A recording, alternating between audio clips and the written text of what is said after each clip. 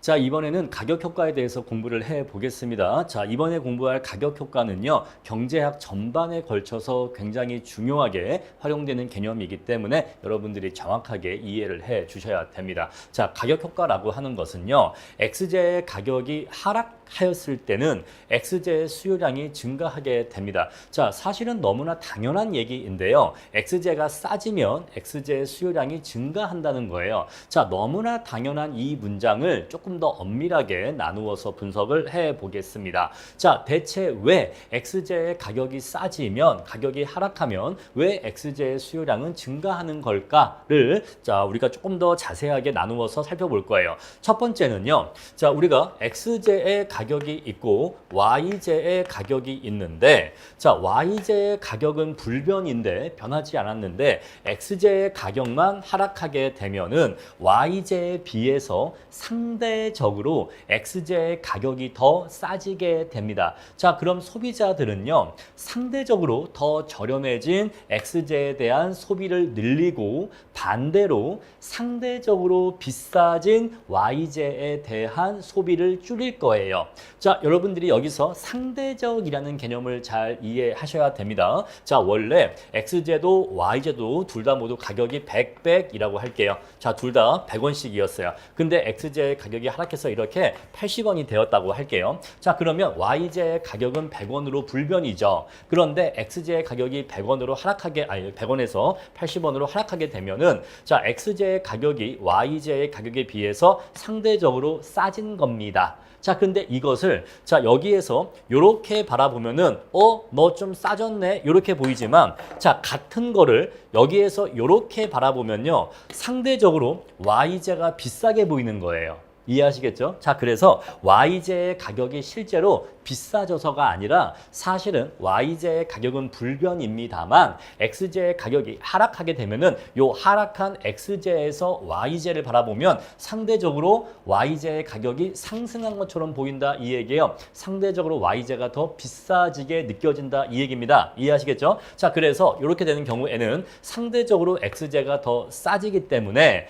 상대적으로 더 싸진 X제에 대한 수요를 늘리게 될 거예요. 이해하시겠죠? 자, 첫 번째 이러한 효과가 발생하고요. 자, and 두 번째, X제의 가격이 하락하게 되면 소비자의 실질 소득이 증가하는 효과가 발생하게 됩니다. 자, 우리가 소득이 100원이라고 할게요. 자, 소득이 100이에요. 자, 그랬을 때 우리가 X제 하나만 놓고 따집시다. 자, 우리 Y제는 일단 제외하고 우리 원리만 이해하면 되는 거니까 제와는 X제 한 가지만 있다라고 할게요. 자, 우리 그랬을 때 X제의 가격이 10이라고 할게요. 자, 그러면 이때는 X제를 몇 개 구입할 수 있었냐면 X제를 10개 구입할 수 있었습니다. 요거 이해하시죠? 자, 그런데 소비자의 소득이 100에서 200으로 이렇게 증가했다고 해볼게요. 자, 소비자의 소득이 증가하게 되면요. 자, 이제 그러면 X제를 몇 개 구입할 수 있게 되죠? 20개를 구입할 수 있게 됩니다. 요거 이해하시죠? 자, 소비자의 소득이 증가하면 종전보다 더욱더 많은 X제를 구입할 수 있게 돼요.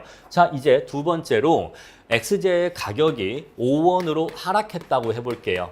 자, 5원으로 하락합니다. 자, 우리 이 경우에도 소비자의 소득은 100이고요. 자, 100이고 X제의 가격이 10에서 5로 하락하게 되면은 그래도 X제에 대한 구입 수량을 20개를 살 수 있게 돼요. 자, 제가 지금 무슨 말씀을 드리냐면 재화의 가격이 하락하는 것은 실질적으로 소비자의 소득이 증가하는 것과 유사한 효과 또는 동일한 효과를 안겨준다 이 얘기예요.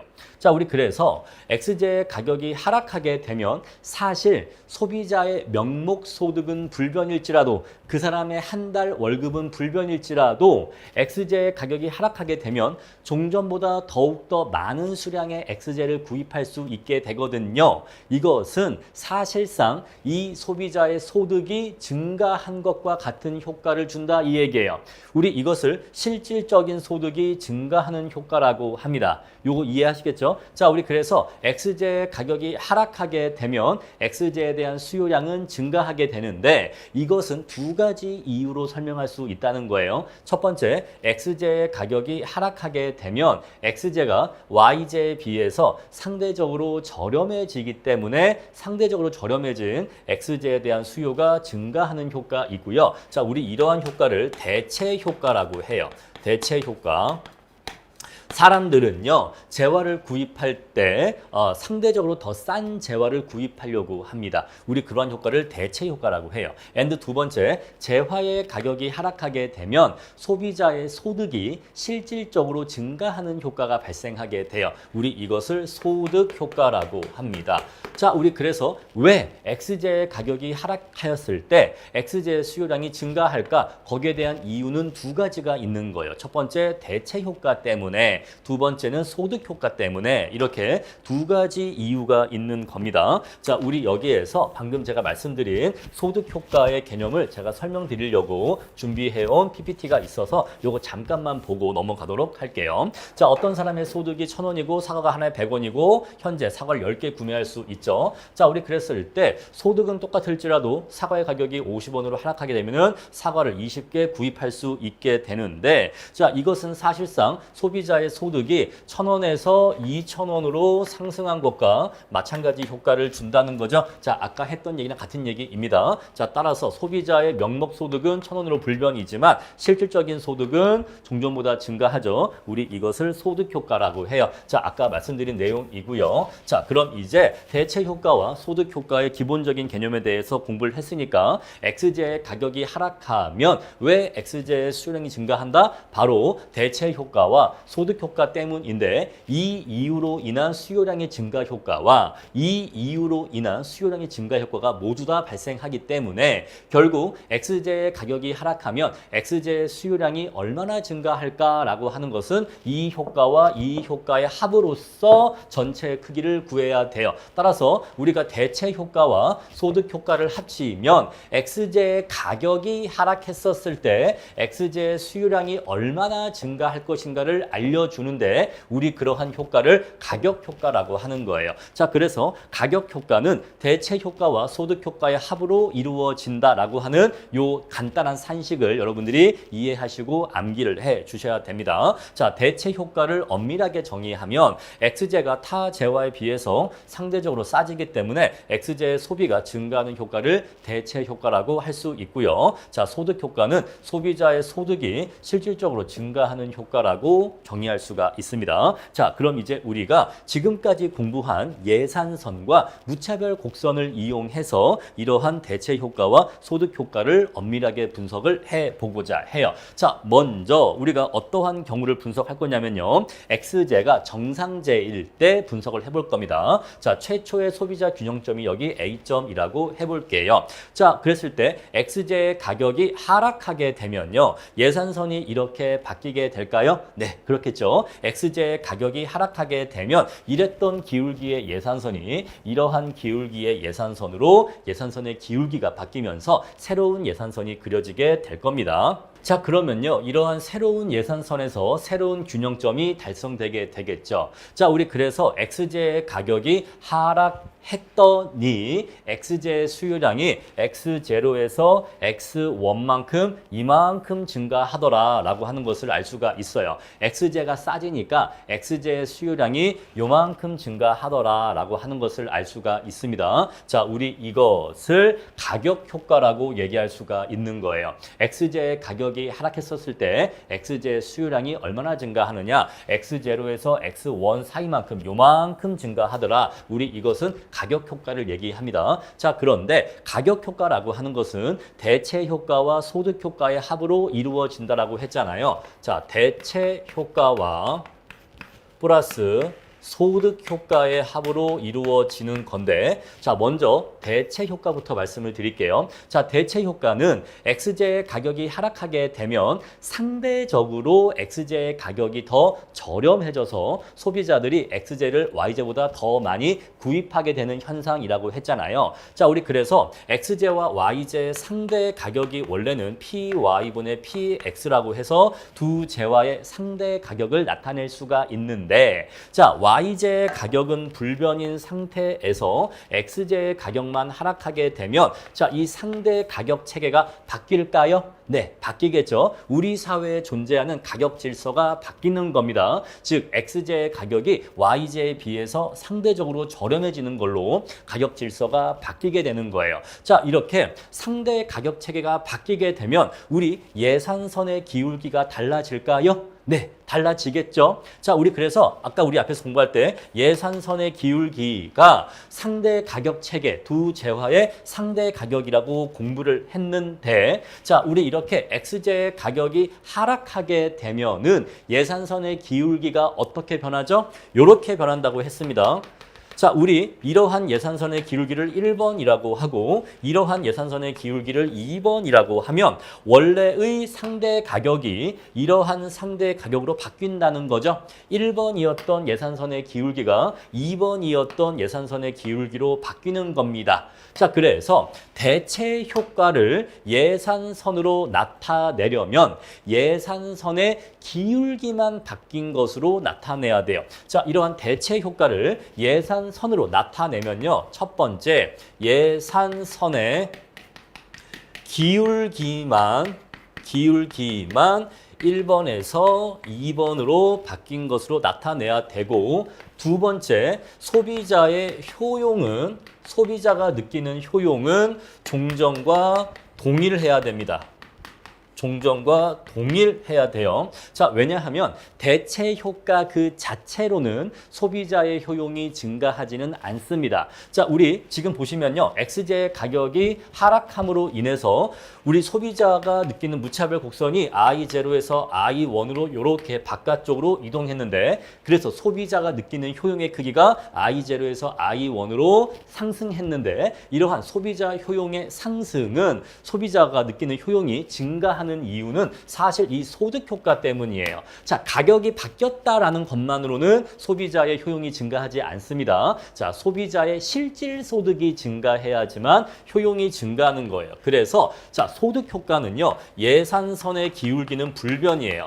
자, 소비자의 소득이 증가하게 되면 우리가 앞에서 공부를 했습니다만 예산선의 변화를 우리가 앞에서 공부할 때 소비자의 소득이 증가했다라고 한다면 예산선의 기울기는 유지하면서 예산선이 이렇게 바깥쪽으로 이동한다고 공부했었죠. 자, 우리 이렇게 소비자의 소득이 증가할 때 예산선이 어떻게 변하냐면 기울기는 유지가 됩니다. 예산선의 기울기는 유지를 해요. 예산선의 기울기는 유지를 하면서 소비자의 효용은 높아지게 됩니다. 왜냐하면 실질 소득이 증가하게 되면 예산선이 바깥쪽으로 평행 이동하면서 더욱더 높은 수준에서 무차별 곡선이 접하게 되기 때문에 소비자의 효용이 높아진다고 하는 것을 알 수가 있어요. 자, 우리 그래서 소득 효과에서는요. 소득 효과를 예산선으로 나타낼 때에는 예산선의 기울기는 유지한 상태에서 예산선이 바깥쪽으로 이동하는 것으로 그려주시면 되고, 우리 그때 소비자의 효용은 증가하게 돼요. 다시 돌아와서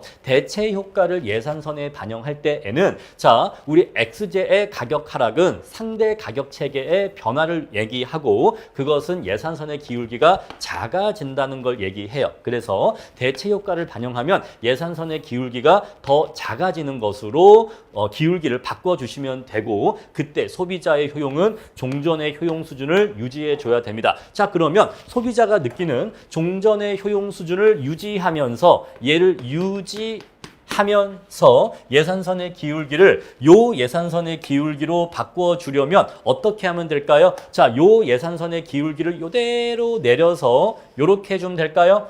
요 새로운 예산선의 기울기, XJ의 가격이 하락한 이후에 새로운 예산선의 기울기를 갖고서 이렇게 내려오게 되면은 종전의 효용을 느끼면서 종전의 효용을 누리면서 예산선의 기울기는 새로운 예산선의 기울기로 바뀌었죠. 바로 이게 대체 효과를 반영한 새로운 예산선이에요. 바로 이게 대체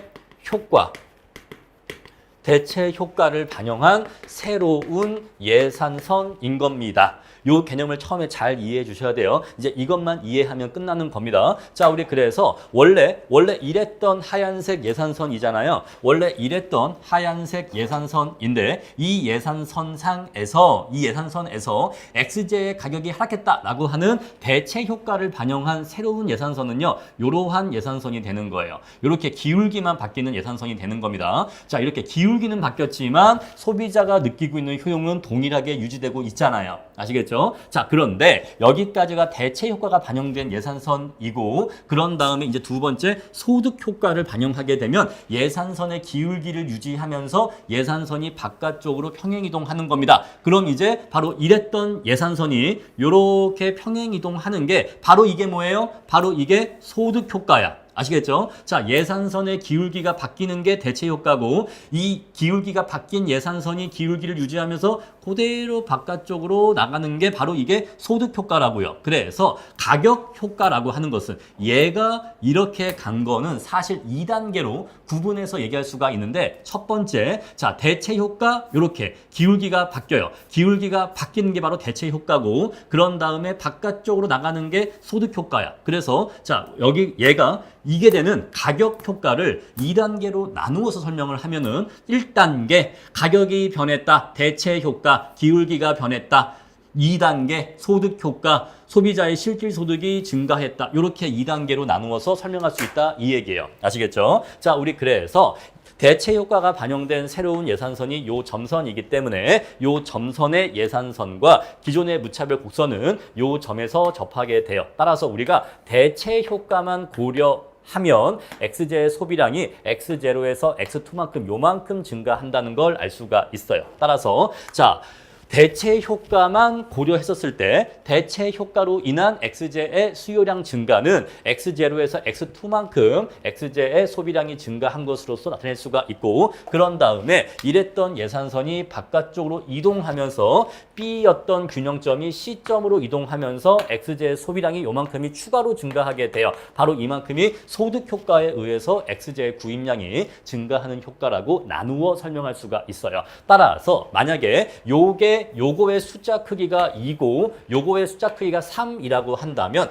전체 가격 효과는 5인데 대체 효과에 의해서 2개의 수요가 증가하고 소득 효과에 의해서 3개만큼 수요가 증가한다. 그래서 얘와 얘를 합치면 5가 나온다. 이렇게 이해하시면 돼요. 자, 우리 한 번만 더 반복할게요. 처음이니까. 자, 원래 여기였는데 대체 효과에 의해서 XJ의 소비량은 요만큼 증가해요. 점 B로 A점에서 점 B로 요만큼 증가합니다. 그런 다음에 예산선이 소득 효과에 의해서 바깥쪽으로 이동하게 되면은 XJ의 소비량이 여기에서 여기로 이만큼 증가하게 되죠. 우리 그래서 요만큼은 대체 효과, 요만큼은 소득 효과인데 요거와 요거를 합치면 전체 가격 효과의 크기를 측정할 수가 있다 이 얘기예요. 아시겠죠? 바로 이게 XJ가 정상제일 때 일반적인 그 효과를 무차별 곡선과 예산선으로서 분석한 내용입니다. 자, 그럼 이제 XJ가 열등제일 때 어떻게 되는지 설명을 드릴게요. 자, XJ가 열등제일 때는요. 원래 최초의 균형점이 요 A점이라고 할게요. 자, 그랬을 때 XJ의 가격이 하락하게 되면 이렇게 새로운 예산선이 그려질 것이고 새로운 예산선에서 새로운 균형점이 이렇게 달성될 거예요. 자, 근데 우리가 열등제라고 하는 것은 무엇이냐면 소비자의 소득이 증가할 때 오히려 XJ에 대한 소비량이 감소하는 재화를 우리가 열등제라고 하거든요. 자, 우리 그래서 일단 이 상황에서 XJ의 가격이 하락했으니까 먼저 대체 효과 먼저 분석을 해볼게요. 자, 대체 효과 분석을 하면요. 자, 이렇게 새로운 기울기의 예산선이 그려지게 됩니다. 자, 이러면 새로운 기울기의 예산선이 종전의 무차별 곡선과 만나는 요점에서 XJ의 수요량이 결정이 돼요. 자, 그러면 원래 이만큼이었는데 이제는 이만큼 수요하니까 XJ의 수요량이 요만큼 증가한다는 거 알 수가 있고, 우리 요만큼 증가하는 것은 우리가 대체 효과 때문이다 라고 얘기할 수가 있어요. 여기까지는 아까랑 똑같아요. 여기까지는 앞에 분석과 똑같습니다. 여러분, 대체 효과는 XJ의 재화의 종류를 불문하고 모두 다 똑같아요. XJ가 정상재이건 열등재이건 구분하지 않고 대체 효과는 모든 종류의 재화에 똑같이 작용합니다. 아시겠죠? 자, 그럼 이제 소득 효과가 달라지는 거예요. 자, 앞에서 XJ가 정상재일 때에는요, 소비자의 소득이 증가할 때 XJ의 소비량도 증가했죠. 그게 정상재니까. 근데 이번에는요, 열등재이잖아요. 그러니까 소득 효과 부분만 달라지는 거예요. 자, 이렇게 해서 XJ의 가격이 하락해서 소비자의 실질 소득이 증가하게 되면 XJ에 대한 소비량이 오히려 감소해야 돼요. 바로 그게 열등재입니다. 자, 우리 그래서 이러한 새로운 예산선이 바깥쪽으로 이동하는 게 뭐예요? 바로 이게 소득 효과야. 근데 소득 효과에 의해서는 XJ의 소비량이 오히려 감소해야 돼. 그래서 자, 소득 효과에 의해서는 오히려 이만큼 XJ의 소비량이 감소하게 됩니다. 요만큼 감소하게 돼요. 요거 이해하시겠죠? 자, 우리 그래서 소득 효과에 의해서는 X2에서 X1 사이만큼, 저기 빨간색 표시한 것만큼 XJ의 구입량이 감소하게 돼요. 자, 우리 그래서 만약에 여기 X0에서 X2까지의 거리를 여기를 5라고 하고, 만약에 소득 효과에 의해서 감소하는 수량을 2라고 한다면 가격 효과는 3으로 나타나게 되는 거예요. 자, 대체 효과에 의해서는 XJ의 소비량이 5만큼 증가했습니다만 XJ가 열등제이기 때문에 소비자의 실질 소득 증가로 인해서 XJ의 소비량이 감소해서 두 개만큼 감소하게 되면 이 효과와 이 효과를 합치게 되면 XJ의 가격이 하락했었을 때 XJ의 소비량은 3개밖에 증가하지 않는 현상이 발생하게 돼요. 따라서 XJ가 열등제일 때에는 소득 효과가 음수이기 때문에 XJ가 정상제일 때보다 XJ의 가격이 동일하게 하락하였을 때 이 구입량이 또는 소비량이 증가하는 효과가 더 작아지게 돼요. 아시겠죠? 자, 바로 이게 포인트입니다. 재화가 열등제일 때에는 소득 효과가 소득이 증가할 때 구입량을 감소시키는 방향으로 작용하기 때문에 자, 소득 효과에 따라서 예산선이 바깥쪽으로 이동할 때 오히려 XJ의 구입량은 감소한다. 요만큼 감소한다라는 것이에요. 자, 그런데 방금 제가 5하고 2라고 쓴 것처럼 일반적인 열등제는 대체 효과의 크기가 소득 효과의 크기를 압도해요. 대체 효과의 절대값이 소득 효과의 절대값보다 더 크다 이 얘기예요. 그래서 얘는 플러스고 얘는 마이너스이기 때문에 이러한 플러스와 이러한 마이너스를 합치게 되면은 플러스가 좀 작아지긴 하지만 그래도 플러스라고 하는 것은 유지한다 이 얘기예요. 자, 그래서 우리가 대체 효과가 소득 효과보다 더 크다 이 얘기예요. 그런데 예외적으로는 소득 효과의 절대값이 대체 효과의 절대값보다 더 클 수가 있어요. 자, 이거는 어떠한 경우냐면요. 자, 대체 효과에 의해서는 구입량이 3개가 증가해요. 그런데 소득 효과에 의해서는 구입량이 5개가 감소해. 그러면 얘랑 합치게 되면은 XJ의 가격이 하락했는데 오히려 XJ의 구입 수량은 2개가 감소하는 현상이 발생하게 돼요. XJ가 더 싸졌는데도 불구하고 XJ에 대한 구입량은 오히려 종전보다 더 감소하는 현상이 발생하게 되는데 우리 이러한 아주 이상한 재화를 기펜제라고 합니다. 자, 이제 우리가 기펜제에 대해서 정확하게 공부를 해볼 거예요. 잠깐 지우겠습니다. 자, 기펜제를 보시면요. 자, 기펜제는 원래 최초의 균형점이 여기였는데 XJ의 가격이 하락하게 되면은 오히려 XJ에 대한 수요량이 감소하게 돼요. 자, 우리 그래서 XJ의 가격이 하락하면 새로운 균형점이 종전의 XJ의 소비량보다 오히려 더 적은 점에서 새로운 균형점이 달성됩니다. 자, 이렇게 가격이 하락하면 오히려 XJ에 대한 구입량이 요만큼 감소하게 되는 거예요. 자, 그런데 이러한 기펜제라고 해도 대체 효과까지는 제가 똑같다고 했죠. 자, 따라서 대체 효과를 고려하면요. 새로운 예산선과 요점에서 만나기 때문에 대체 효과에 의해서는 x제의 구입 수량이 요만큼 증가해요. 요만큼 대체 효과에 의해서 증가합니다. 자, 이거는 항상 공통이에요. 대체 효과는 x제가 정상제인지 열등제인지 전혀 구분하지 않아요. 항상 공통입니다. 자, 그런데 문제는 소득 효과는 열등제랑 똑같아.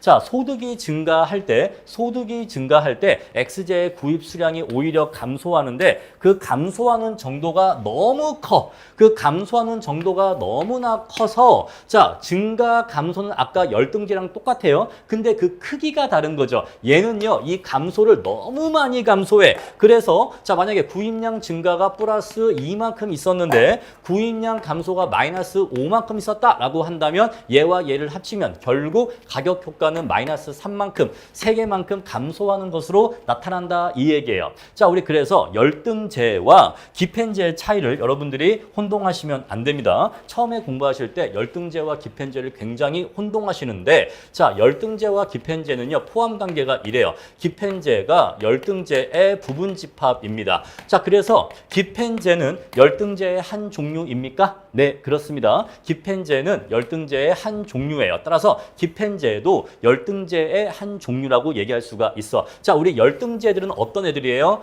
소득 탄력성이 0보다 작은 재화들이죠. 이것이 음수인 재화입니다. 그런데 기펜제는 이게 어마어마하게 센 거예요. 따라서 자, X제, 자, 열등제하고 기펜제 비교하면요. 자, X제의 가격이 하락했었을 때 자, 열등제와 기펜제를 비교해 볼게요. 자, 그러면 열등제는요, 아무리 열등제라고 해도 대체 효과가 소득 효과보다 더 크기 때문에 그래도 X제에 대한 수요량은 증가합니다. 증가해요. 다만 정상제보다는 덜 증가하죠. 자, 그런데 기펜제는요, X제가 가격이 하락하게 되면 싸진 X제에 대한 수요량이 오히려 감소하게 돼요.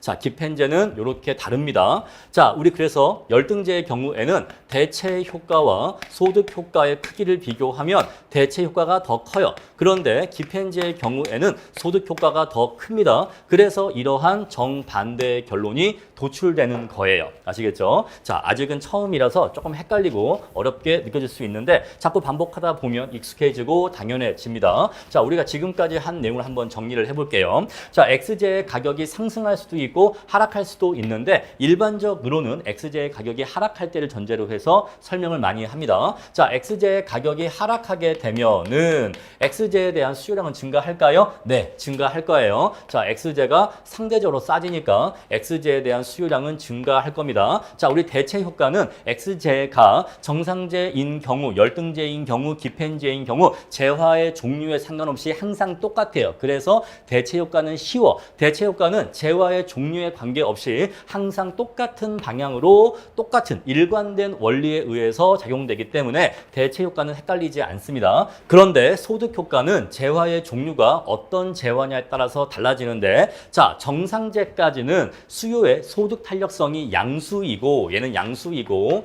자, 열등제부터는 음수이기 때문에 요렇게가 달라지는 거죠. 달라지는데 자, 우리 그래서 자, 정상제에서는요, 실질 소득이 증가하게 되면 X제에 대한 수요량이 증가합니다. 그래서 소득 효과의 의함이 없이 증가해요. 자, 증가하기 때문에 이 둘을 합치면 더 크게 증가하겠죠. 더 크게 증가하게 됩니다. 그런데 열등제의 경우에는 소비자의 실질 소득이 증가하게 되면 X제에 대한 수요가 감소하기 때문에 자, 여기서는요, 감소하게 돼요. 자, 감소하게 되는데 자, 이 감소하는 크기가 일반적으로는 대체 효과보다는 작기 때문에 얘하고 얘를 더하면 총합은 그래도 증가하는 것으로 나오게 돼요. 아시겠죠? 이러이러하기 때문에. 하지만 기펜제와 같이 아주 예외적인 재화의 경우에는 감소하는 효과가 엄청나게 커. 따라서 얘하고 얘를 더하면 결국 감소하는 것으로 결론이 납니다. 자, 그래서 이 경우에는 달라진다 요 얘기예요.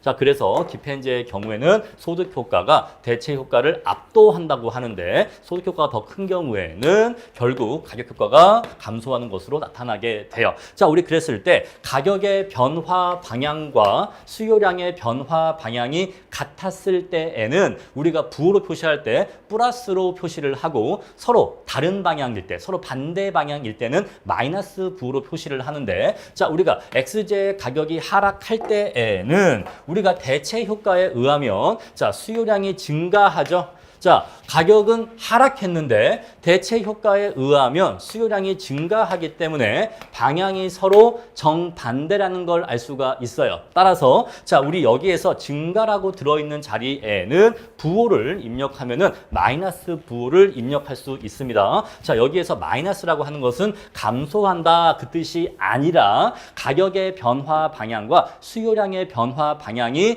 다른 방향일 때, 반대 방향일 때에는 마이너스 부호를 붙이고 같은 방향일 때에는 플러스 부호를 붙이는 거예요. 이 마이너스와 플러스의 의미를 혼동하시면 안 됩니다. 자, 우리 이렇게 해서 이 표를 정리할 수 있는 겁니다. 자, 이렇게 해서 기펜제까지 말씀을 드렸는데 자, 기펜제에 대해서 조금만 더 말씀을 드릴게요. 기왕 얘기 나온 김에. 자, 우리가 기펜제는요. XJ의 가격이 하락하게 되면 자, 우리 여기다 쓸게요. 자, 기펜제의 경우에는 XJ의 가격이 하락하게 되면 XJ에 대한 수요량이 감소한다고 했죠. 자, 그럼 이 얘기를 방향을 반대로 뒤집어서 얘기해 봅시다. 자, 그러면요. 이 이야기는 XJ의 가격이 상승하면 반대로 XJ에 대한 수요량이 증가한다는 이야기인가요? 네, 그렇습니다. 자, 우리 그래서 이러한 관계를 수요 곡선으로 나타내면은 수요 곡선이 어떻게 그려지게 되냐면 수요 곡선이 우상향하는 형태로 그려지게 됩니다. 자, 우리 일반적으로 수요 곡선은 우하향하게 그려지거든요. 우리 그것을 수요의 법칙이라고 공부를 했어요. 그게 수요의 법칙이죠. 그런데 기펜제는 아주 특이한 예외잖아요. 얘는 아주 특이한 예외인데 자, 기펜제의 경우에는 가격이 싸지면 수요량도 감소해요. 자, 그래서 자, 가격이 싸지면 수요량도 감소하고요. 여기에서 여기로 이렇게 이동하겠죠. 자, 그리고 가격이 비싸지면요. 수요량도 같이 증가해요. 그래서 자, 우리 요 점에서 이 점으로 가격이 비싸지면 수요량도 여기에서 여기로 증가해요. 자, 우리 이러한 내용을 수요 곡선에 반영을 하면 수요 곡선이 우상향하는 형태로 그려지게 됩니다. 자, 따라서 기펜제는 수요의 법칙의 예외이다? 네, 맞습니다. 예외예요. 기펜제는 수요의 법칙의 예외예요. 그래서 기펜제의 수요 곡선은 우상향하게 그려집니다. 자, 우리 앞에서 자, 수요의 법칙의 예외 말씀드렸죠. 바로 베블렌 효과. 자, 우리 그래서 수요의 베블렌 효과가 있거나 그 재화가 기펜제인 경우에는 수요 곡선이 우상향하게 그려지게 되는데 이것은 수요의 법칙의 예외라고 얘기할 수가 있어요.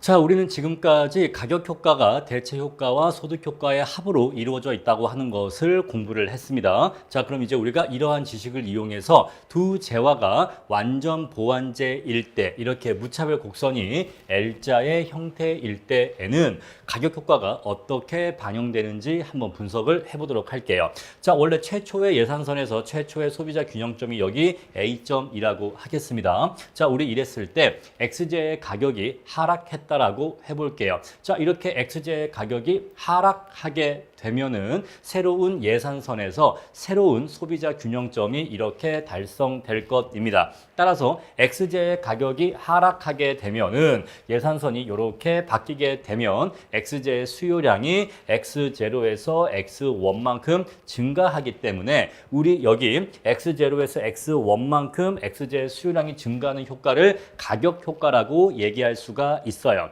그렇죠. XJ의 가격이 하락하면 XJ의 수요량이 X0에서 X1만큼으로 이만큼 증가한다. 이렇게 얘기할 수가 있겠죠. 자, 그럼 이제 이것을 대체 효과와 소득 효과로 나누어서 각각 효과의 크기를 분석해 봅시다. 자, 우리가 대체 효과의 크기를 분석하기 위해서는요, 새로운 예산선과 기울기가 같으면서 기존의 무차별 곡선에 접하는 그러한 가상의 예산선을 그어야 되는데, 자, 그럼 우리 이렇게 점선으로 이루어진 이러한 예산선을 그을 수 있을 거예요. 그을 수 있을 텐데, 자, 우리가 이렇게 새로운 예산선을 그었을 때 기존의 무차별 곡선과 만나는 점은 여전히 이 점입니다. 자, 따라서 앞에서 우리가 무차별 곡선이 원점에 대해서 볼록한 형태일 때와는 다르게 무차별 곡선이 이렇게 L자 형태일 때에는 우리가 대체 효과에서 대체 효과로 인한 XJ의 수요량 증가 효과가 전혀 없다라고 하는 것을 알 수가 있어요. 자, 다시 한번 무차별 곡선이 L자 형태일 때에는 대체 효과로 인한 수요량 증가 효과가 전혀 없다는 걸 알 수 있습니다. 자, 우리가 무차별 곡선이 이렇게 원점에 대해서 이렇게 볼록한 형태일 때 원래 기존의 예산선이 이랬었고, 자, 그러면 이만큼 엑셀을 수요했겠죠. 자, 그런데 새로운 예산선을 이렇게 긋게 되면은 대체 효과가 반영된 새로운 예산선을 긋게 되면은 자, XJ의 소비량이 요만큼으로 요만큼 XJ의 소비량이 증가하는 대체 효과가 발생했거든요.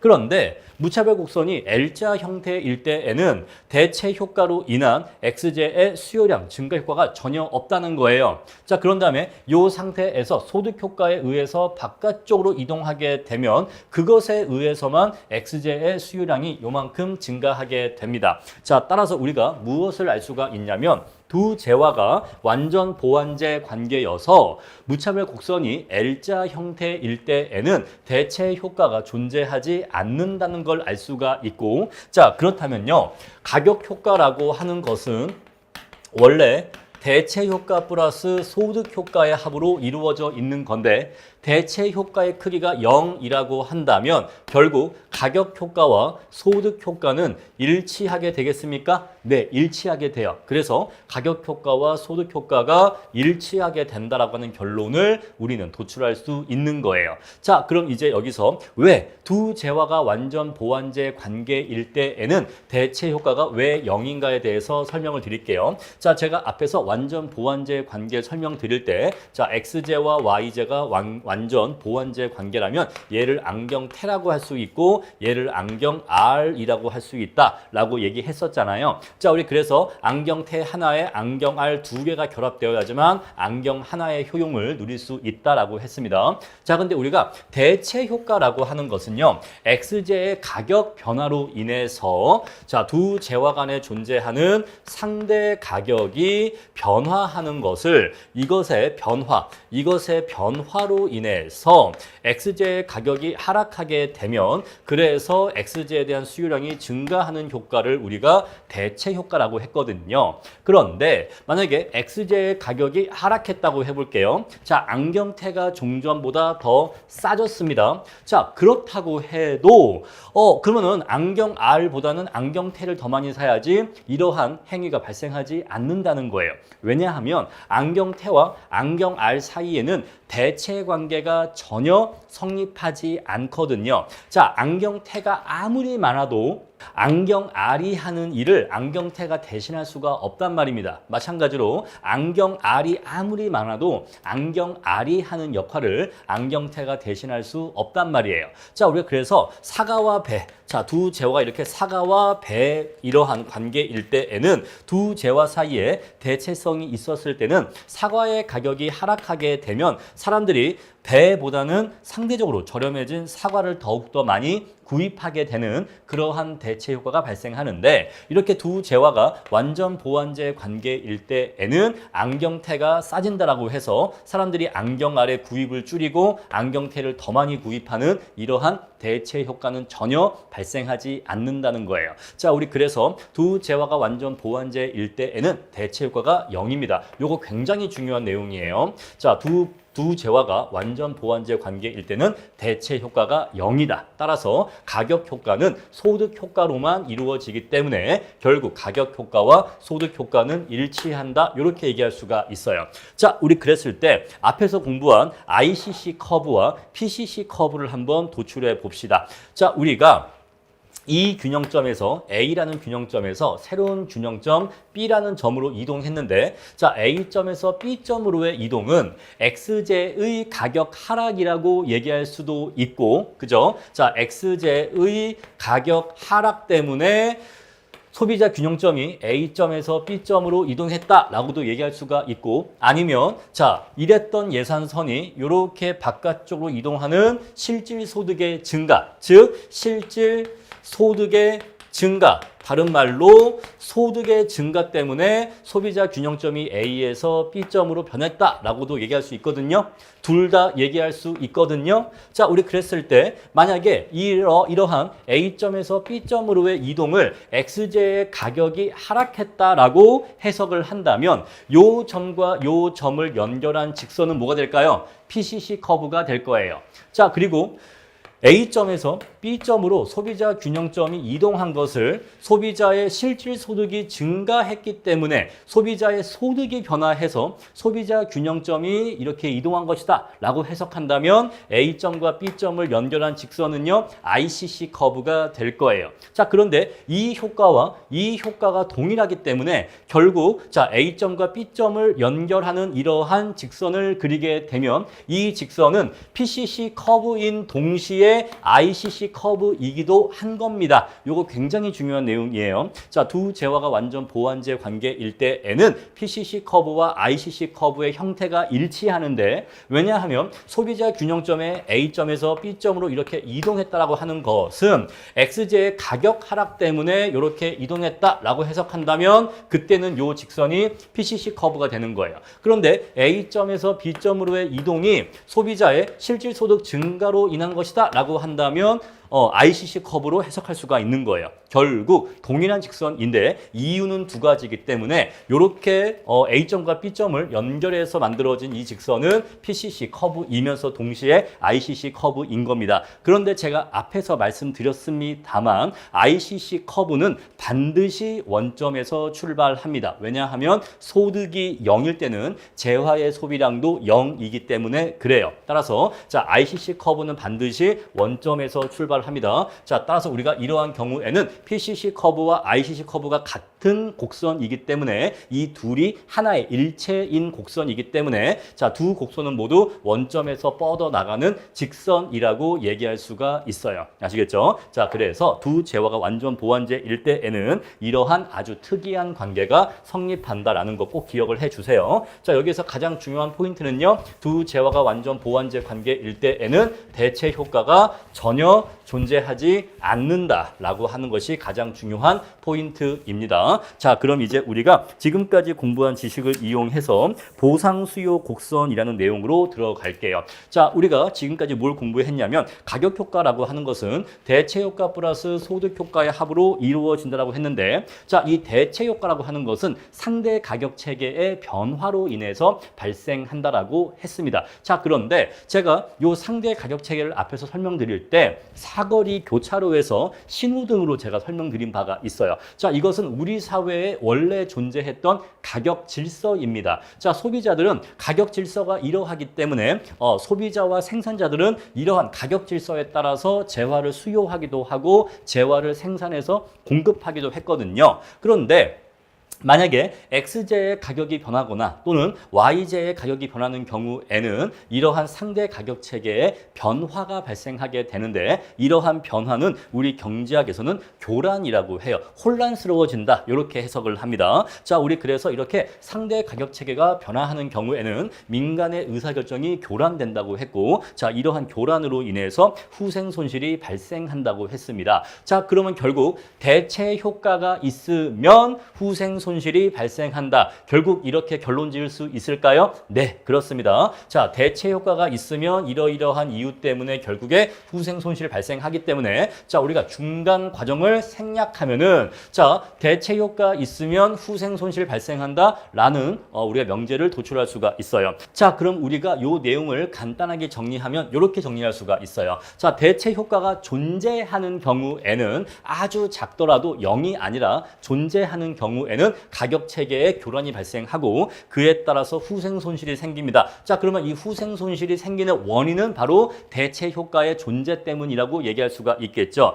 자, 그러면 결국 이 후생 손실의 크기를 측정할 때에는 이 후생 손실은 대체 효과 때문에 발생하는 거니까 대체 효과와 관련이 없는 소득 효과는 배제해줘야 돼요. 왜? 소득 효과는 후생 손실과 아무런 관련이 없어. 자, 소비자가 종전보다 소득이 증가해서 종전보다 수요자가 더욱더 많은 양의 재화를 사는 건 이거는 아무런 혼란과 교란도 없는 거예요. 따라서 후생 손실의 크기와 관련이 있는 효과는 오로지 only 대체 효과뿐이고 소득 효과는 후생 손실과 아무런 관련이 없다는 것을 알 수가 있죠. 따라서 후생 손실의 크기를 정확하게 측정하려면 소득 효과를 제거해줘야 됩니다. 요 문장 이해하시겠죠? 자, 다시 한번 후생 손실은 왜 발생한다? 대체 효과 때문에 발생한다. 따라서 우리가 후생 손실의 크기를 정확하게 측정하려면 후생 손실의 발생과 아무런 관련이 없는 소득 효과를 배제해 줘야 되는 거예요. 소득 효과는 제거하고 대체 효과만 가지고서 대체 효과만 반영해서 후생 손실의 크기를 구해야 되는 겁니다. 자, 우리 그래서 이렇게 수요 곡선에서 수요 곡선은 원래 대체 효과와 소득 효과가 모두 반영되어 있는데 그중에서 소득 효과를 제거한 수요 곡선을 우리가 보상 수요 곡선이라고 합니다. 여러분 우리가요 이렇게 한번 이해해 보세요. 커피가 있는데 자 원래 커피 안에는 카페인이 들어가 있죠. 자 카페인이 원래 들어가 있다라고 합시다. 자 그랬을 때 우리가 디카페인이라고 해서 요 카페인을 제거한 디카페인 커피가 있어요. 뭔지 아시죠? 자, 그래서 원래 커피 안에는 카페인이 포함되어 있어. 그런데 카페인이 싫어. 그러면 그 카페인이 제거된 커피가 있는데 우리 그러한 커피를 디카페인 커피라고 하죠. 자, 그렇게 한번 이해해 보세요. 자, 원래 우리가 이렇게 그렸던 수요 곡선 안에는 원래 대체 효과와 소득 효과가 모두 반영되어서 이러한 수요 곡선이 도출된 거예요. 왜냐하면요. 자, 재화의 가격이 이랬는데 재화의 가격이 이렇게 하락하게 되면 소비자들은 종전보다 더 많이 구입하더라. 왜 소비자들은 가격이 하락하면 더 많이 구입할까? 아, 그거 대체 효과하고 소득 효과 요 두 가지 효과 때문에 그런 거야. 요렇게 그려진 거다 이 얘기예요, 사실은. 그런데 여기에서 소득 효과를 배제하라 이 얘기예요. 자, 우리가 지금까지 그려왔던 수요 곡선은 왜 재화의 가격이 하락하면 수요량 증가하는가에 대해서 대체 효과와 소득 효과를 모두 반영해서 자, 대체 효과 때문에 증가하기도 하고 소득 효과 때문에 증가하기도 해. 이렇게 해서 이러한 수요 곡선 그렸는데 우리가 후생 손실의 크기를 정확하게 측정하기 위해서는 그냥 커피가 아니라 카페인이 제거된 디카페인 커피를 이용해야 된다. 이렇게 이해해 주세요. 소득 효과가 제거된 대체 효과만 반영된 수요 곡선을 갖고서 후생 손실의 크기를 측정해야지만 후생 손실의 크기를 정확하게 측정할 수 있다. 이렇게 이해해 주세요. 자, 우리 그래서 우리가 지금까지 사용했던 일반적인 또는 보통의 수요 곡선을 우리가 보통 수요 곡선이라고 하는데 자, 이 보통 수요 곡선은 대체 효과와 소득 효과가 모두 반영되어 있는 수요 곡선이에요. 그런데 보상 수요 곡선은 이 중에서 소득 효과를 제거한 그래서 대체 효과만 반영되어 있는 수요 곡선을 보상 수요 곡선이라고 합니다. 자, 다시 한번 정리하면 자, 우리가 보상 수요 곡선을 왜 사용한다? 후생 손실의 크기를 대체 효과로 인한 후생 손실의 크기를 정확하게 측정하기 위해서 이렇게 떠올리시면 돼요. 자, 그럼 이제 한번 본격적으로 내용 들어가 볼게요. 자, x제가 정상제일 때 우리가 대체 효과에 의해서 이만큼 x제 수요량 증가한다라고 공부를 했고 자, 그리고 소득 효과에 의해서 요만큼 x제의 소비량이 증가한다고 했습니다. 자, 우리 그랬을 때 x제의 가격이 자, 이랬던 가격에서 이러한 가격으로 x제의 가격이 하락했죠. x제의 가격이 하락해서 자, 예산선이 이러한 예산선에서 이러한 예산선으로 변한 거잖아요. 자, 그에 따라서 자, 우리가 지금까지 그려왔던 보통의 수요 곡선은 x제의 가격이 이만큼 하락하면 대체 효과에 의해서 이만큼 수요량 증가하고 소득 효과에 의해서 이만큼 수요량 증가하기 때문에 대체 효과와 소득 효과를 모두 고려하면 x제의 수요량이 이만큼이나 증가하는 것으로 파악이 되어서 자, 여기에 있던 A점이 여기에 있던 C점으로 이렇게 되는 것으로 파악했다 이 얘기예요. 우리 그래서 이러한 내용을 반영해서 일반적인 보통의 수요 곡선을 그리면 요 D라고 하는 노란색 수요 곡선이 그려지게 되는 거예요. 이해하시겠죠? 자, 원래 이랬던 X제의 수요량이 X제의 가격이 여기에서 여기로 이만큼 하락하면 이만큼이나 증가한다. 왜 이만큼 증가한다? 이만큼은 대체 효과고 이만큼은 소득 효과이기 때문이다. 이렇게 그렸다 이 얘기예요. 그런데 뭐를 빼라 이 얘기예요? 소득 효과를 빼라 이 얘기예요. 자, 소득 효과를 빼주면 얘를 빼주면 자, 여기까지만 반영을 해야 돼요. 여기까지만 X제의 가격이 이렇게 하락했다. 그러면 X제의 수요량은 얼마나 증가할까? 요만큼, 요 대체 효과까지만 증가하는 것으로 한정해 줘야 됩니다. 자, 그러면 수요 곡선은 여기까지만 내려오게 돼서 이렇게 빨간색 수요 곡선이 그려지게 되는 거예요. 바로 얘가 보상 수요 곡선입니다. 저 위에 있는 얘가 보통 수요 곡선이고요. 자, 우리가 그래서 무엇을 알 수가 있냐면 X제가 정상제일 때에는 보통 수요 곡선과 보상 수요 곡선의 기울기를 비교할 때 누가 더 급경사다? 보상 수요 곡선이 더 급경사다라는 것을 여러분들이 기억을 해 주셔야 돼요. 아시겠죠? 자, 우리 X제가 정상제일 때에는 보상 수요 곡선이 더 급경사이다. 왜 더 급경사이다? 소득 효과를 제거해 주니까 X제의 수요량 증가폭이 작아져서 수요 곡선이 더 급경사로 그려진다. 이 내용을 여러분들이 기억을 꼭 해 주셔야 됩니다. 자, 그럼 이제 X제가 열등제일 때에는 어떻게 되는지 볼게요. 자, X제가 열등제일 때는요. 우리가 자 여기에서 이만큼이 뭐죠? 대체 효과예요. 그런데 자 열등제는요 소득 효과가 마이너스이기 때문에 자 요만큼이 거꾸로 소득 효과에 의해서 마이너스 효과가 발생합니다. 자 따라서 보통 수요 곡선은요 자 X제의 가격이 여기에서 여기로 이렇게 하락할 때 원래 대체 효과에 의해서는 요만큼 증가해요. 그런데 다시 이만큼 소득 효과에 의해서 거꾸로 백하기 때문에 감소하기 때문에 자 여기까지만 수요량이 증가합니다. 따라서 자 이러한 보통의 수요 곡선이 그려지게 돼요. 그런데 자 우리 보상 수요 곡선은요. 이 마이너스의 소득 효과를 고려하지 않아. 마이너스의 소득 효과를 고려하지 않기 때문에 그냥 여기까지 X제의 수요량이 증가한 것을 그대로 반영합니다. 자, 우리 그래서 여기까지 수요량 증가한 것으로 반영되어서 보상 수요 곡선이 더 완경사로서 그려지게 돼요. 자, 왜 보상 수요 곡선이 더 완경사이냐? 마이너스의 소득 효과를 배제하기 때문에 그렇습니다. 자, 그런데 우리가 열등제 중에는 기펜제가 있다고 했죠. 자, 기펜제는요. 어떻게 일반적인 수요 곡선이 그려졌냐면 자, 우리가 여기에서 대체 효과에 의해서는 이만큼 수요량이 증가하는데 문제가 뭐냐면 자, 여기에서 여기로 이렇게 소득 효과가 무려 이만큼이나 마이너스예요. 무려 이만큼이나 마이너스이기 때문에 그래서 수요 곡선이 요 점에서 요 점으로 가는 것으로 그려지니까 요걸 연결하면 수요 곡선의 형태가 우상향하는 것으로 그려지는 거예요. 그래서 수요의 법칙에 위배된다고 얘기했었죠. 그런데 이렇게 기펜제가 이상한 아이인 이유가 얘는 마이너스의 소득 효과가 너무나 크기 때문이라고 했는데 보상 수요 곡선은 이 소득 효과를 배제한다고 했죠. 자, 그러면 얘도 이제 이 문제를 일으키는 이 소득 효과가 없어지는 거예요. 그럼 이제 얘도 대체 효과만 반영해서 수요 곡선을 그리면 자, 대체 효과에 의해서 X제의 수요량이 요만큼 증가하잖아요. 요만큼 증가하니까 이 점으로 수요량이 변하는 것으로 파악을 해서 수요 곡선이 이렇게 그려지게 돼요. 자, 그래서 여기서 중요한 포인트는 자, 우리가 앞에서는요. X제가 정상제와 열등제일 때는 보통 수요 곡선과 보상 수요 곡선 간에 누가 더 기울기가 급경사냐 그걸 따졌는데 여기 기펜제에서는요. 자, 기울기가 중요한 게 아니라 뭐가 중요한 거죠? 자, 보통 수요 곡선은 우상향해요. 보통 수요 곡선은 우상향하는 형태인데 보상 수요 곡선은요. 죄송해요. 보상 수요 곡선은요. 일반적인 수요 곡선처럼 우하향하는 형태를 가지게 됩니다.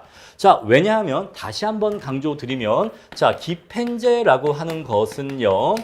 대체 효과와 소득 효과의 합인데 자, X제의 가격이 하락하게 되면 이것으로 인해서 대체 효과에 의하면 자, QX가 증가하게 돼요. 얘는 증가합니다. 대체 효과에 의하면 얘가 증가한다고요. 그런데 기펜제는 뭐가 문제인 거예요? 대체 효과는 아무런 문제가 없어. 대체 효과는 재화의 종류가 어떤 재화라고 해도 다 똑같이 적용돼요.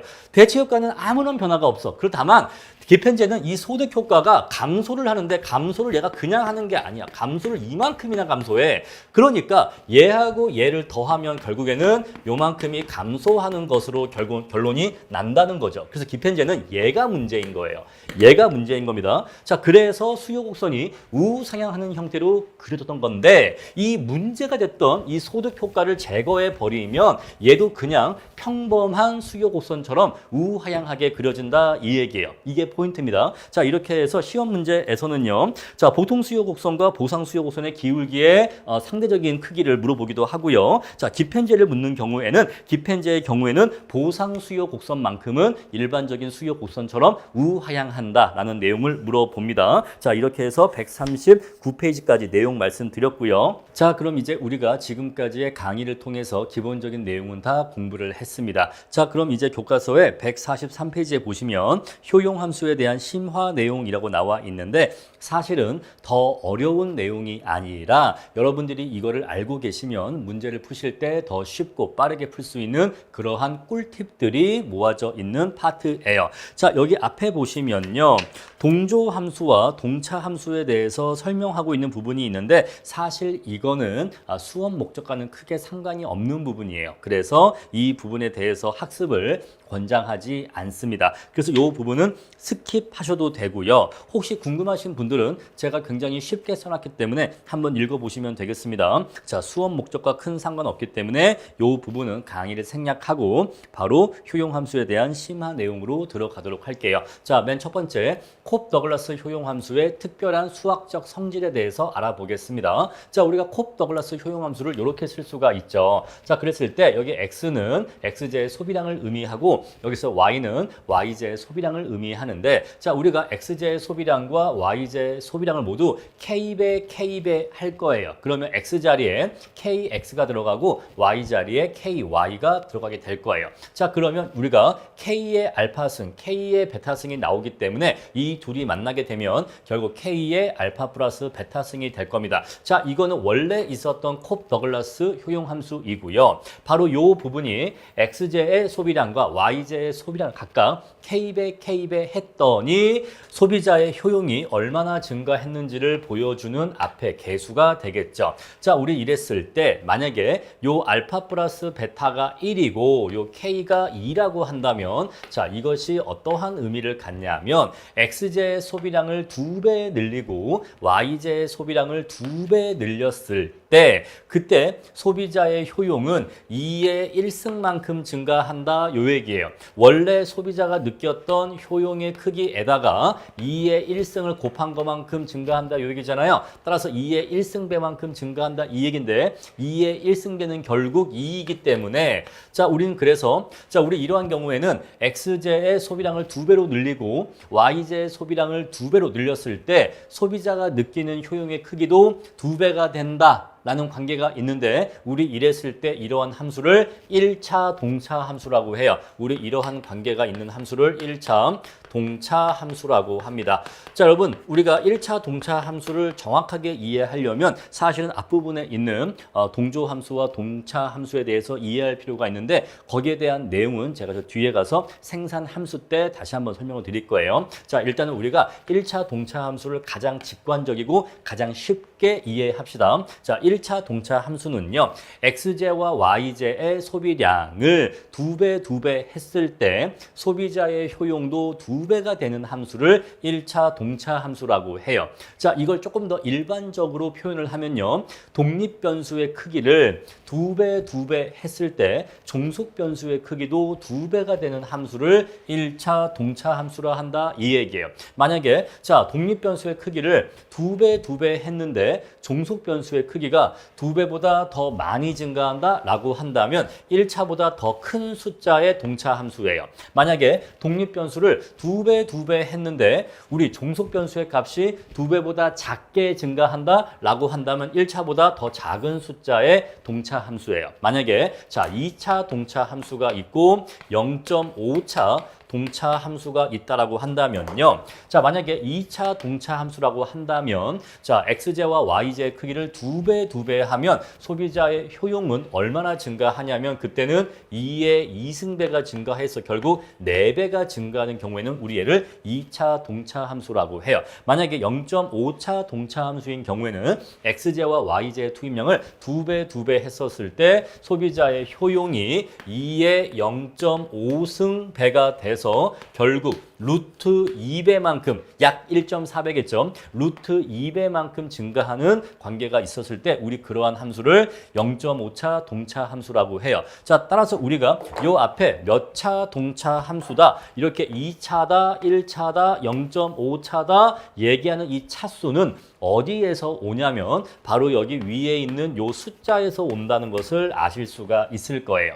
자, 그런데 이것을 수학적으로 얘기하면 좀 복잡해. 그래서 그냥 단순하게 자, 우리가 항상 시험에는 1차 동차 함수 위주로 나오기 때문에 여러분들은 이거의 개념을 이해하실 때 1차 동차 함수로 이해하시면 되는데, 자, 그랬을 때는 x제와 y제 투입량을 2배 했을 때 아웃풋도 2배가 되는 관계에 있었을 때 우리 그것을 1차 동차 함수라 한다. 이렇게만 기억하시면 됩니다. 자, 나머지에 대해서는 생산 함수에 가서 조금 더 자세히 말씀을 드릴게요. 자, 근데 여기에서 1차 동차 함수라고 하는 거는요, 요 1이라고 하는 거는요, 요 알파 값과 베타 값의 합을 의미하는 거예요. 알파 값과 베타 값의 합이 1이 나올 때 우리 그때 콥 더글라스 효용 함수를 1차 동차 함수라고 하는 것입니다. 자, 대표적인 사례로 어떠한 사례가 있냐면 만약에 x의 승수에 0.6승을 하고 y의 승수에 0.4승을 하면 알파가 0.6이고 베타가 0.4이기 때문에 알파 플러스 베타가 1이 나오겠죠. 자, 우리 콥 더글라스 효용함수가 저렇게 주어져 있는 경우에는 1차 동차의 효용함수인 거예요. 자, 만약에 자, 이 위에 0.5차가 오고 여기에 0.5차가 왔다, 이렇게 오는 경우에도 1차 동차 함수인 겁니다. 만약에 여기에 0.9차가 오고 여기에 0.1차가 왔다, 그렇게도 이 둘을 더하면 1이 나오기 때문에 저렇게 주어진 경우에도 1차 동차 함수인 거예요. 그런데 우리 시험에서는 대부분 이러한 경우가 제일 많이 나와요. 0.6, 0.4 또는 0.5, 0.5가 제일 많이 나옵니다. 자, 이렇게 해서 우리 시험은 대부분 1차 동차 함수가 나오기는 해요. 자, 우리 이렇게 알파 값과 베타 값의 합이 1인 경우에는 우리 이것을 알파, 베타라고 하는 두 개의 문자를 이용하지 않고 그냥 알파라는 하나의 문자만 이용해서도 이런 함수식을 표현할 수가 있어요. 바로 이렇게요. 알파하고 1 빼기 알파로 표현할 수가 있는 겁니다. 자, 우리 여기에서 0.6, 0.4의 경우에는 알파 자리에 0.6이 들어가고 이 자리에 똑같이 0.6이 들어가면 0.6과 0.4가 표현이 돼요. 그래서 우리가 특별하게 콥 더글라스 효용 함수가 1차 동차 함수인 경우에는 알파 플러스 베타의 값이 1인 경우에는 저 둘의 합이 1인 경우에는 알파, 베타 이렇게 두 개의 문자를 쓰지 않고 알파, 1 빼기 알파 이렇게 승수를 하나의 문자만 써서 표현하는 경우가 있다는 거, 그거를 말씀드릴게요. 자, 우리 그래서 일반적으로 쓰여지는 콥 더글라스 효용 함수가 이렇게 생긴 것으로 주어진 경우에는 이것은 일단 알파 플러스 베타차 동차 함수구나 라는 것을 아실 수가 있는데, 대부분의 시험 문제에서는 알파 값과 베타 값의 합을 1로 주는 경우가 많기 때문에 그때 n은 1차 동차 함수구나 이렇게 이해하시면 돼요. 만약에 시험 문제에서 자, 알파 값에 2가 나오고 베타 값에 3이 나오면 그때 이러한 콥 더글라스 효용 함수는 5차 동차의 효용 함수예요. 이렇게 5차 동차의 효용 함수인 경우에는 x제의 크기와 y제의 크기를 각각 2배 하는 경우에는 소비자의 효용은 몇 배가 되냐면 2의 5승배가 돼요. 아시겠죠? 자, 이러면 이제 슬슬 직관적인 이해가 오시겠죠? 자, 이렇게 해서 이제 알파 플러스 베타차 동차 함수라는 거 말씀을 드리고요. 자, 우리 그랬을 때 항상 일정한 지출 비중으로 소비를 하게 됩니다. 바로 이게 콥 더글라스 효용 함수의 첫 번째 중요한 특징인데, 자, 우리가 콥 더글라스 효용 함수가 이렇게 주어져 있었을 때 각자의 알파 승이 있고 베타 승이 있죠. 자, 우리 이것을 이용해서 소비자가 자신의 소득으로 x제 소비에 자신의 소득의 몇 %를 쓰고 YJ 소비에 자신의 소득의 몇 %를 쓰는지를 아주 빠르고 간단하게 계산할 수가 있어요. 자, 우리 이렇게 해서 자, XJ에 대한 지출 비중은 알파 플러스 베타분의 알파가 차지하는 비중으로 구할 수가 있고 YJ에 대한 지출액이 차지하는 비중은 알파 플러스 베타분의 베타가 차지하는 비중으로 구할 수가 있어요. 만약에 알파가 2고 베타가 3이라고 한다면 전체가 5죠. 알파 플러스 베타가 5죠. 그러면 5분의 2. 자, 자신의 소득의 M은 소득이니까 자, 이 소비자는요 자신의 소득의 5분의 2를 어디에 쓴다? XJ를 사는데 쓴다라는 것이고 자, 이러한 소비자는 5분의 3이니까 자신의 소득의 5분의 3을 YJ를 지출하는데 쓴다. 이렇게 바로 파악할 수가 있는 거예요. 그래서 두 재화의 각각의 지출액이 차지하는 비중을 알파 플러스 베타분의 알파 플러스 베타분의 베타로 바로 파악할 수가 있는데 자, 방금 제가 말씀드린 것처럼 우리 시험에는 1차 동차의 콥 더글라스 효용함수가 제일 많이 나와요. 그래서 만약에 알파짜리에 0.625고 베타짜리에 0.4가 온다면 알파 플러스 베타가 1이기 때문에 이때에는 분모를 고려할 필요가 없어요. 따라서 자, 우리 이렇게 1차 동차 함수일 때는 바로 우리가 알 수가 있어. 아, 이 소비자는 자신의 소득 중에서 60%를 XJ를 소비하는 데 쓰고 40%를 YJ를 소비하는 데 쓰는구나. 이렇게 바로 파악할 수가 있는 겁니다. 자, 그래서 우리가 효용함수가 1차 동차 함수로 주어져 있는 경우에는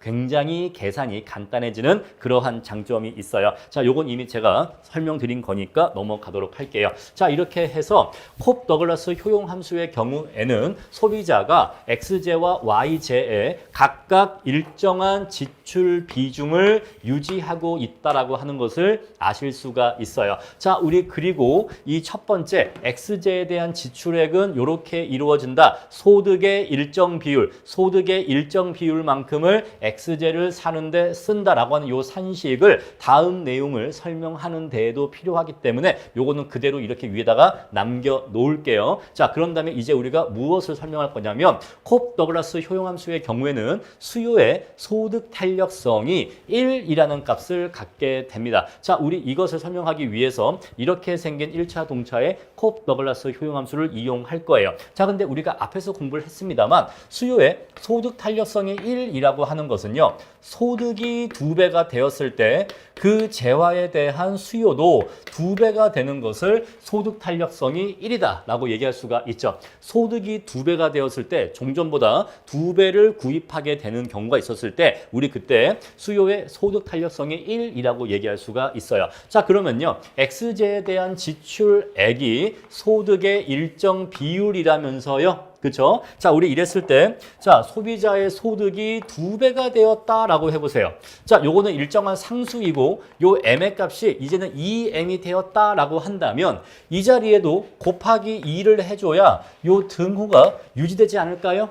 그러겠죠? 이것이 곧 무엇을 의미하냐면 우리가 앞에서 봤었던 요 산식에서 자, 소비자의 소득이 2배가 된다면 XJ에 대한 지출액도 2배가 될 거라는 걸 가장 빠르고 직관적으로 확인한 거예요. 아시겠죠? 자, 이렇게 해서 콥 더글라스 효용함수의 경우에는 자, 소비자가 자신의 소득의 일정 비율을 XJ를 사는 데 쓰고 나머지 일정 비율을 YJ를 사는 데 쓰는데 그러한 상태에서 자신의 소득이 2배가 된다면 XJ와 YJ에 대한 구입액은 각각 2배가 될 거라는 거예요. 그래서 소득 탄력성이 1이라는 겁니다. 한번 제가 예시를 들어볼게요.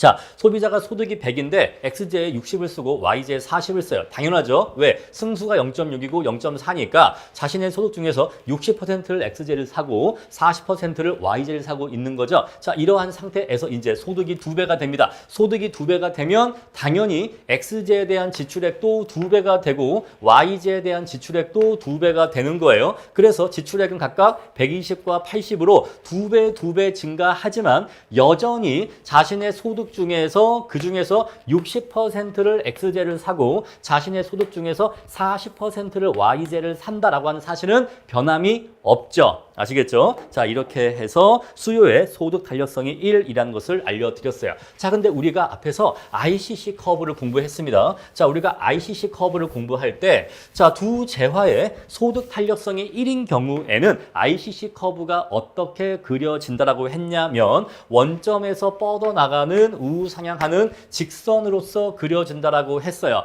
자, 따라서 콥 더글라스 효용함수의 경우에는 ICC 커브가 어떻게 그려진다? 두 재화의 소득 탄력성이 1이기 때문에 원점에서 뻗어나가는 우상향하는 직선으로서 그려진다라는 것을 아실 수가 있겠죠. 자, 그리고 엥겔 곡선도 마찬가지 동일한 형태로 그려지게 됩니다. 자, 우리 요 내용까지 공부를 했고요. 자, 그런 다음에 두 번째, 수요의 가격 탄력성이 1이라는 내용을 설명드릴 건데요. 자, 우리가 소비자가 자신의 소득이 100일 때 이 중에서 60을 X제를 사고 나머지 40을 Y제를 산대요. 자, 그러면요. 요 안에서 X제에 대한 지출액은 60으로 일정한가요? 네, 일정합니다. X제에 대한 소비 지출액은 60으로 일정해요. 자, 일정하기 때문에 이 안에서 만약에 X제의 가격이 10% 상승했다고 하면 자, X제에 대한 수요량은 10%가 감소하게 될 거예요. 그래야지만 X제의 가격이 변화한다고 해도 X제에 대한 소비 지출액은 불변일 수가 있거든요. 요거 이해하시죠? 자, 입실론이 1이어야지만 X제의 가격이 변화한다고 해도 X제에 대한 지출액은 불변이 될 수가 있어요. 따라서 수요의 가격 탄력성은 1이라는 것을 쉽게 알 수가 있죠. 자, 그러면 우리가 앞에서 자, 소득 탄력성이 1이라는 거에서 ICC 커브가 원점에서 뻗어 올라가는 우상향 직선이라는 것을 다시 한 번 더 리마인딩 했는데 자, 그럼 우리가 앞에서 PCC 커브도 공부를 했죠. 자, 수요의 가격 탄력성이 1인 경우에는 PCC 커브가 어떻게 그려지냐면 이렇게 수평선으로 그려진다라고 말씀드렸습니다. 자, 따라서 콥 더글라스 효용 함수의 PCC 커브는 수평선으로 그려진다라고 하는 사실도 기억해 주세요. 자, 그리고 우리가 저 앞에서 수요의 가격 탄력성을 공부했었을 때 수요의 가격 탄력성이 1인 경우에는 수요 곡선이 어떠한 형태로 그려진다라고 했죠? 바로 직각쌍곡선의 형태로 그려진다라고 했어요. 따라서 콥 더글라스 효용 함수는 직각쌍곡선으로 수요 곡선이 그려진다라고 하는 것을 알 수가 있겠죠. 수요 곡선이 직각쌍곡선 형태이다. 왜? 수요의 가격 탄력성이 1이기 때문이다. 이렇게 기억을 또 해 주시고요. 자, 그런 다음에 교차 탄력성 보도록 할게요. 자, 방금 제가 앞에서 어떤 말씀 드렸냐면 자, 소비자는요. 만약에 콥 더글라스 효용 함수가 이렇게 주어져 있다면 0.6승 곱하기 Y의 0.4승 이렇게 주어져 있다면 자신의 소득 중에서 60%를 X제 구입에 쓰고 나머지 40%를 Y제 구입에 쓴다라고 했습니다. 자, 우리 그랬을 때 X제의 가격이 10% 상승하게 되면 이 X제의 소비량이 수요량이 10%만큼 감소하게 되어서 결국 X제에 대한 구입 지출액은 변화가 없다라고 했죠. 여러분 보시면요. 여기에서 X제의 가격이 변했습니까? 네, 변했죠. 변했는데 X제에 대한 구입액 변화 있어요? 없어요. 얘가 변화가 없어. 얘가 변화가 없으면 Y제에 대한 구입액도 변화가 있나요? 네, 변화가 없죠. 근데 Y제에 대한 구입액은요. Y제의 가격 곱하기 Y제에 대한 수요량으로 결정이 될 건데 자, X제의 가격이 변했습니다만 Y제의 수요량이 그것 때문에 변화했나요? 아니요, 변화하지 않았죠. 따라서 X제의 가격이 변해도 그것 때문에 Y제의 수요량은 전혀 변화가 없어요. 따라서 교차 탄력성은 0이라는 것을 알 수가 있습니다. 자, 반대로 Y제의 가격이 변해도 이것 때문에 X제의 수요량은 변하지 않는다는 걸 알 수가 있어요. 따라서 교차 탄력성은 0이라고 하는 것을 알 수가 있습니다. 자, 그럼 이제 우리가 지금까지 말씀드린 내용을 총정리하도록 할게요. 자, 콥 더글라스 효용함수가 이렇게 주어져 있다라고 가정을 하고 소비자의 소득이 100이라고 한다면 여러분들이 이거를 방의 크기로 한번 생각을 해보세요. 이미지화 시키실 때. 자, 소득이 100이면 면적이 100제곱미터인 집이 있는데 자, 이 집 안에 X제에 대한 소비액이 있고 Y제에 대한 소비액이 있는데 X제에 대한 소비액이 차지하는 면적이 60제곱이고 60%를 차지하고 자 YZ에 대한 지출액이 40이니까 40%를 차지한다. 이렇게 기억을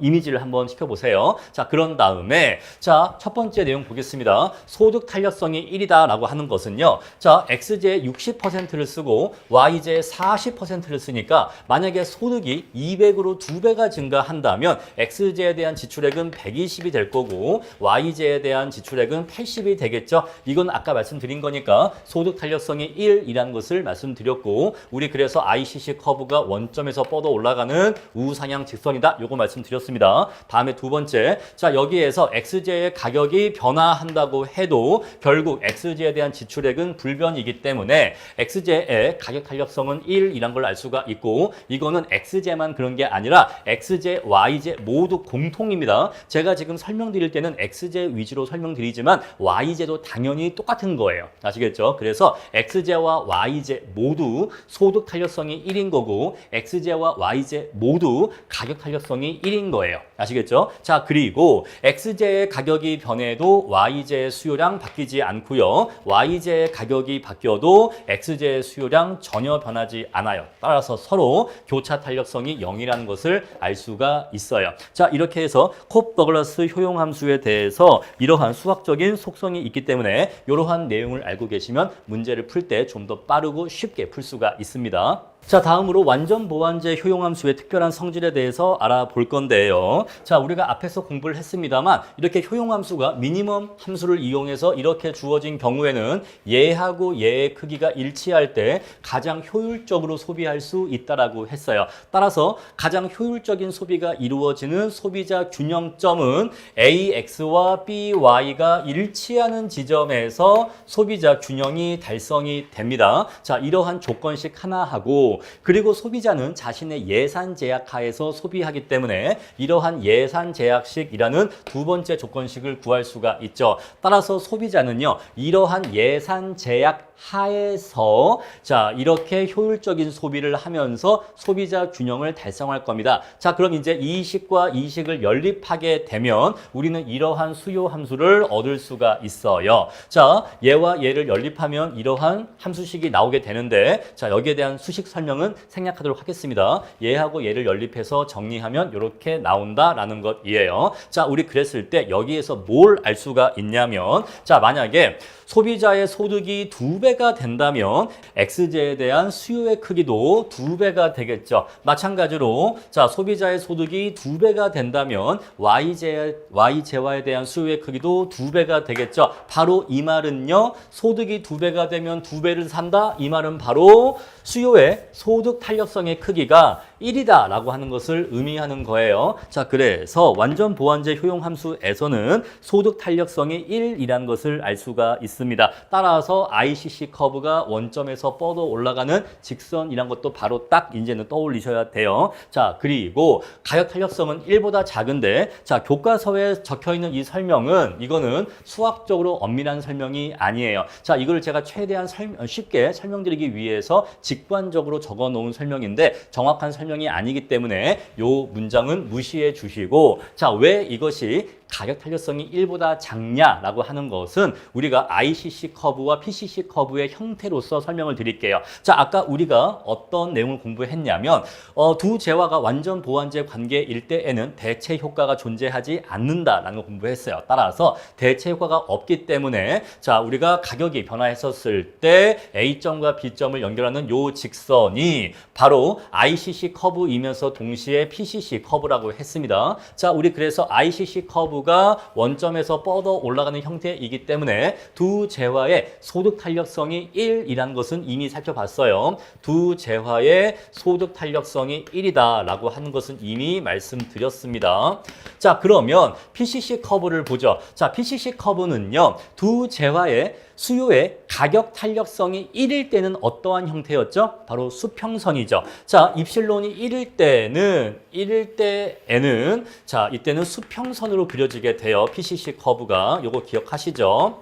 자, 그래서 이때에는 두 재화의 입실론이 1일 때 두 재화의 입실론이 1일 때는 수평선으로 그려지게 됩니다. 그런데 자, 이 수평선이 아니라 자, 우리가 요점이 아니라 요점에서 새로운 균형점이 달성되었죠. 이 말은요, XJ의 수요의 가격 탄력성이 1보다 작다라는 것을 의미하는 거예요. 그래서 이 점이 아니라 이것보다 XJ의 수요량이 더 적게 증가했기 때문에 이 점은 XJ의 입실론의 크기가 1보다 작다라는 걸 의미하는 거예요. 자, 이렇게 해서 설명을 드릴게요. 아시겠죠? 자, 앞에서 우리가 공부했던 내용입니다. 자, 두 재화가 완전 보완제일 때에는 무차별 곡선이 L자로 그려지게 되고 대체 효과가 존재하지 않기 때문에 PCC 커브와 RCC 커브가 일치한다라고 했어요. 그런데 RCC 커브가 이렇게 생긴 거는 이해하는데 어려움이 없는데 PCC 커브가 이렇게 생겼다라고 하는 것은 XJ의 수요의 가격 탄력성이 1보다 작다라고 하는 것을 의미한다. 이렇게 이해해 주시는 게 더 좋겠습니다. 자, 이렇게 해서 교과서 내용을 삭제하고 이 내용으로 대체하도록 할게요. 제가 너무 직관적인 설명을 강조하다 보니까 조금 부정확한 얘기를 적어놨어요. 텍스트는 무시하시고요.